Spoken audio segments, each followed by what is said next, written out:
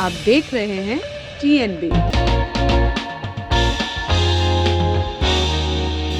आने वाला वर्ष 2022 उत्तर प्रदेश के लिए काफी खास है, क्योंकि उत्तर प्रदेश में विधानसभा चुनाव होने वाले हैं।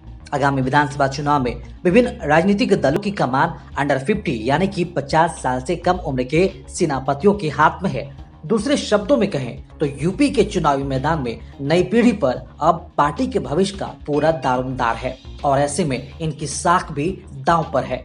हम ऐसा इसलिए बता रहे हैं क्योंकि इसके पीछे एक बड़ी वजह है।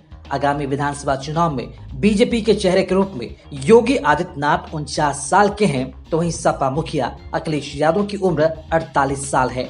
वहीं बात करें कांग्रेस की तो पार्टी ने राष्ट्रीय महासचिव प्रियंका गांधी को यूपी की बागडोर सौंपी है। प्रियंका गांधी की उम्र 49 साल है और इसी तरह राष्ट्रीय लोकदल के भविष्य की कमान भी 42 साल के जयंत चौधरी के पास है। बात करें उत्तर प्रदेश में सत्ताधारी बीजेपी की तो वर्ष 2017 में पार्टी ने मुख्यमंत्री के लिए कोई चेहरा सामने नहीं किया था, लेकिन इस बार ऐसा नहीं है। बीजेपी योगी आदित्यनाथ के चेहरे को सामने रखकर चुनावी मैदान में है। पीएम मोदी, राष्ट्रीय अध्यक्ष जेपी नड्डा समेत पूरा शीर्ष नेतृत्व योगी सरकार की उपलब्धियों पर खुले मंच से जमकर सराहना करता है।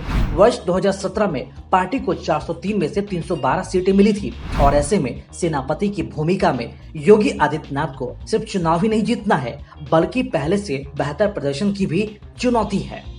और बात करते हैं सपा की, जिसमें अखिलेश यादव के सामने बड़ी चुनौती है। उत्तर प्रदेश के मुख्य विपक्षी दल यानी कि समाजवादी पार्टी, इस दल के मुखिया अखिलेश यादव पूर्व मुख्यमंत्री होने के साथ ही योगी आदित्यनाथ के हम उम्र भी हैं। अखिलेश यादव को अपने पिता मुलायम सिंह यादव से राजनीति विरासत में मिली है।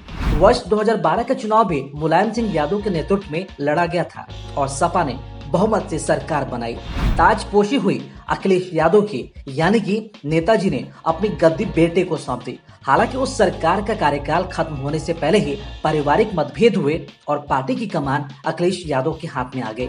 वर्ष 2017 का चुनाव अखिलेश के नेतृत्व में लड़ा गया, लेकिन पार्टी सिर्फ 47 सीटों पर ही चुनाव जीतकर विपक्षी दल तक सीमित रह गई।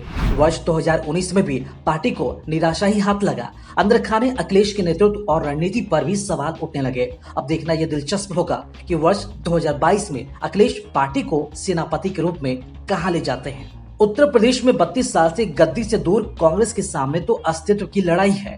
वर्ष 2022 की जंग में सेनापति हैं प्रियंका गांधी वाड्रा। पार्टी के लोग उनमें इंदिरा गांधी की छवि भी देखते हैं। योगी और अखिलेश की हम उम्र प्रियंका अब यूपी में एक्टिव हैं, संगठन को मजबूत करने के लिए मेहनत कर रही है। पार्टी ने प्रदेश की कमान अजय कुमार लल्लू को सौंप दी है, जो खुद 42 साल के हैं।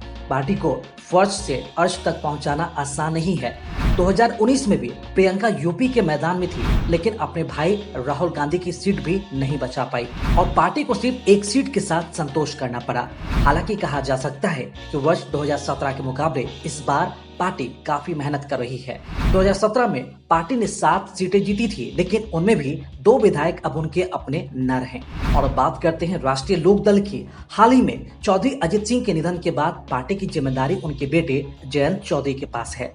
वर्ष 2017 के चुनाव में पार्टी को सिर्फ 1 सीट मिली थी। हालांकि इस बार पार्टी के नेताओं का मानना है कि पश्चिमी यूपी समेत अन्य जगह वो किला फतेह करेंगे। इस उम्मीद की वजह है किसान आंदोलन। जयंत के लिए ये नई पारी है। ऐसे में पार्टी का प्रदर्शन उनका और पार्टी दोनों का भविष्य तय करेगा। खबरों में फिलहाल इतना ही। देश और दुनिया की ताज़ा अपडेट्स के लिए लॉगिन करें www.thenationalbulletin.in पर।